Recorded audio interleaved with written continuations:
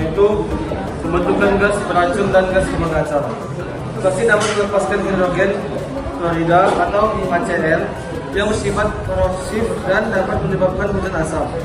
Hal ini juga dapat menghasilkan dioksin dan furan, senyawa yang sangat beracun dan bersifat persisten di lingkungan serta dapat mengganggu sistem hormonal manusia dan hewan. Yang kedua itu kontaminasi tanah dan air. Ketika plastik yang mengandung klor atau fluorida secara perlahan di tanah, senyawa kimia yang dikenal sebagai polutan organik persisten atau POP yang sulit terurai dapat larut ke dalam tanah dan dapat terakumulasi dalam jaringan makhluk hidup, menyebabkan efek toksik jangka panjang. Yang ketiga itu bioakumulasi dan efek kesehatan. Mikroplastik dapat masuk ke rantai makanan, baik melalui air, tanah maupun udara. Beberapa senyawa telah dikaitkan dengan gangguan sistem endokrin, kanker dan masalah perkembangan pada manusia dan hewan. Efek bioakumulasi ini sangat berbahaya karena senyawa ini sulit diuraikan oleh tubuh dan lingkungan. Nah, kesimpulannya itu plastik yang mengandung klor atau fluor bisa menyebabkan masalah lingkungan yang lebih serius dibandingkan plastik biodegradasi. Senyawa yang dihasilkan selama degradasi bisa bersifat toksik, persisten, bioakumulatif, kontribusi pada pencemaran udara, tanah, dan air. Oleh karena itu, pengelolaan limbah harus lebih ketat. Karena kita harus mendaur ulang dengan aman atau melakukan pemusnahan dengan metode yang tidak mencemari lingkungan. Kita masuk ke pertanyaan nomor 2. Nah, pertanyaan nomor 2 adalah potensi masalah yang dapat ditimbulkan atas kondisi nomor 2 dan perubahan apa yang dapat dilakukan pada area pembuangan plastik untuk mengatasi masalah tersebut. Ini akan dijawab oleh saudara kami, Manda dan Makarim. Potensi masalah yang timbul yang pertama ada akumulasi sampah yang tidak terurai. Jadi yang kedua itu ada pencemaran lingkungan. Yang ketiga ada produksi gas metana dan gas beracun. Yang keempat ada gangguan ekosistem dan kesehatan masyarakat. Jadi saya sedikit menjelaskan dari tiap-tiap poin yang ada. Yang pertama akumulasi sampah yang tidak terurai.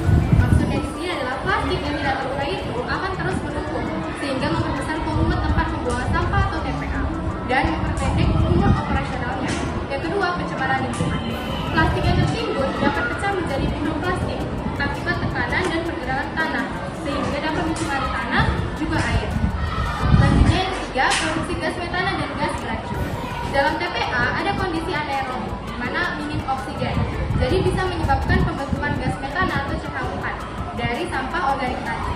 Sehingga gas metana ini akan berubah menjadi gas rumah kaca, di mana 25 kali lebih kuat dibandingkan CO2 dalam rangka panas sehingga berkontribusi dalam perubahan iklim. Dan yang terakhir itu ada gangguan ekosistem dan kesehatan masyarakat.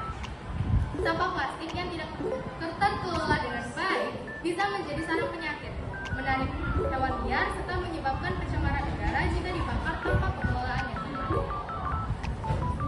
Jadi untuk solusinya ada 4. Yang pertama itu optimalisasi daur ulang dan pengurangan sampah plastik. Yang kedua, pengolahan TPA yang lebih efektif. Yang ketiga, pemanfaatan teknologi pengolahan plastik. Yang keempat, pembangunan infrastruktur waste to energy atau WTE. Jadi optimalisasi daur ulang dan pengurangan sampah plastik itu kita bisa memperkuat sistem pengolahan sampah plastik dan memperbanyak program 3R, yaitu reduce, reuse, dan recycle, serta mendorong penggunaan bioplastik yang mudah terurai. Nah, pengolahan TPA yang lebih efektif itu menerapkan sistem sanitary landfill dengan lapisan pelindung untuk mencegah pencemaran tanah dan memilah sampah sebelum masuk ke TPA. Nah, yang ketiga ada pemanfaatan teknologi pengolahan plastik, yaitu mengembangkan fasilitas pirolisis plastik yang mengubah plastik menjadi bahan bakar tanpa membakar langsung sehingga mengurangi polusi udara. Nah, Yang keempat ada pembangunan infrastruktur waste to energy.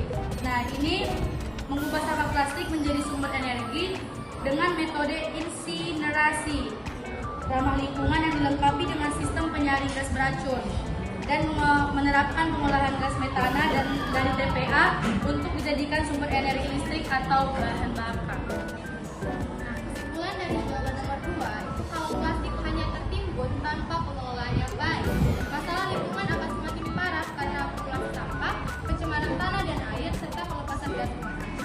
Oleh karena itu diperlukan perubahan dalam sistem pembangunan sampah, di mana contohnya seperti meningkatkan daur ulang, menerapkan teknologi pengelolaan sampah yang lebih ramah lingkungan, juga mengoptimalkan TPA dengan sistem yang lebih modern.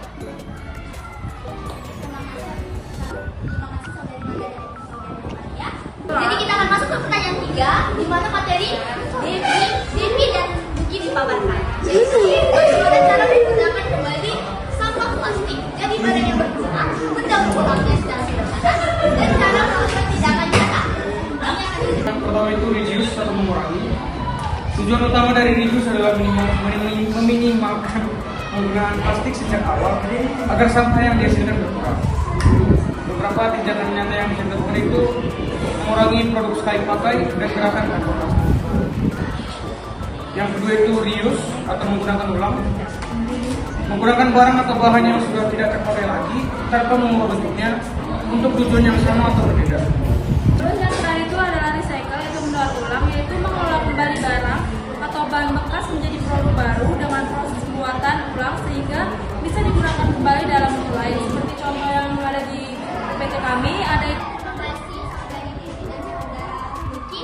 Kami akan ini hasil presentasi kami buka sesi pertanyaan. Saya dari kelompok 5 akan menanyakan pertanyaan saya.